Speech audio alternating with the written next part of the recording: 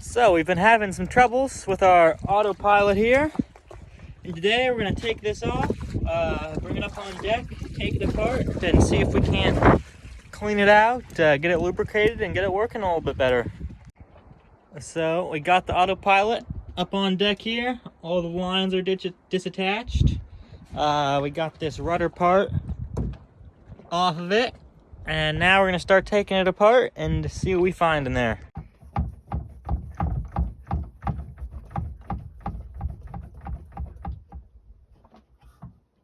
There we go. Woohoo! Good. All the way out. All right, I believe I identified the issue at this point. Now, I wasn't able to tell if this was the issue or not until we got it disconnected up here. But these two pieces here, this and this, are supposed to be able to spin. And as you can see, they do not spin. So we're going to go ahead and finish taking this piece off and then see if we can't get them to come apart and see what's going on. And then realign these gears as well. And realign the gears, yeah. Because they're not aligned correctly. Oh, now they're completely disconnected. Yeah. Look at that. Cool beans. Okay. All right. So we've managed to get this pendulum part here disattached. And this is definitely what's causing us our problem. This piece right here, I think there's a bunch of grime that's built up in there. But unfortunately, this and this, these are little Allen screws here, and they've completely stripped out. This is an older Windvane for sure. I'm not sure how old, but screws can only go in and out so many times before they get, worn down, corroded. So, been working on them for a little while now, and we'll see. Might end up coming back to it tomorrow. Alright, this is going to be day 2 of trying to get some of these strip screws out of our autopilot. What we're going to try here is, unfortunately, we don't have a heat gun or a torch, which is really something that would be nice to have. But we're going to try pouring some boiling water on it, and then I have this soldering iron, so I'm going to try to really heat up the screw. And we're going to try to, once it's really heated up, hammer a hot flathead into it and see if that can get enough grip if we really try to hammer that in. It's been sitting in some WD-40 overnight, so hopefully this works.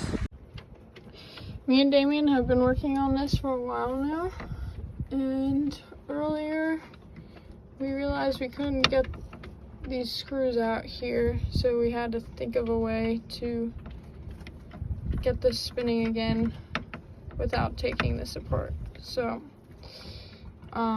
we got some oil in here, cleaned it out first, and then we got some oil in here, and then I found a copper washer that I cut in half, and I flattened it down so we didn't have anything thinner than what it was, and it's actually spinning quite well now. So we're gonna put the pieces back together, and hopefully this works for the time being. It looks pretty good for here. Alright, well, we have the autopilot all put back together now, as you can see here, and oiled up and everything, so hopefully this works okay. We'll see how our little fix did. One other thing I noticed while we were working on this is this right here. This right here is the rudder part of the auxiliary rudder part of the autopilot, and it has some fiberglass rot going on here. It's kind of splitting right down the middle, unfortunately. Right at the end here. There's nothing I'm going to do about it right now, but when we get to Puerto Rico, I'll have to either replace that or do some fiberglass repair on it. So let's get some new rubber washers and put it back on. There's one more problem with this Aries Wind Vane that I didn't realize how to fix until we put it back together, and then it came to me like the next day. And it's that the auxiliary rudder down there is actually misaligned with these gears. And it's only a problem when it's all the way over to port like that. You don't get the full rotation with the Wind Vane. This gets locked out before it can rotate all the way.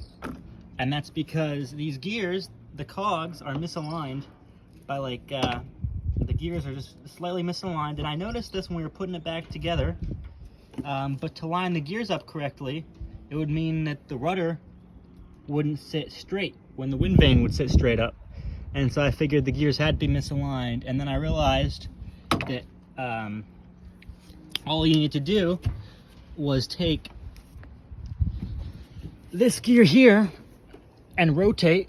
This gear right here needs to be rotated a little bit, unscrewed and rotated so it can sit 2 cogs over and it can all be lined up properly. But I don't think it's the end of the world.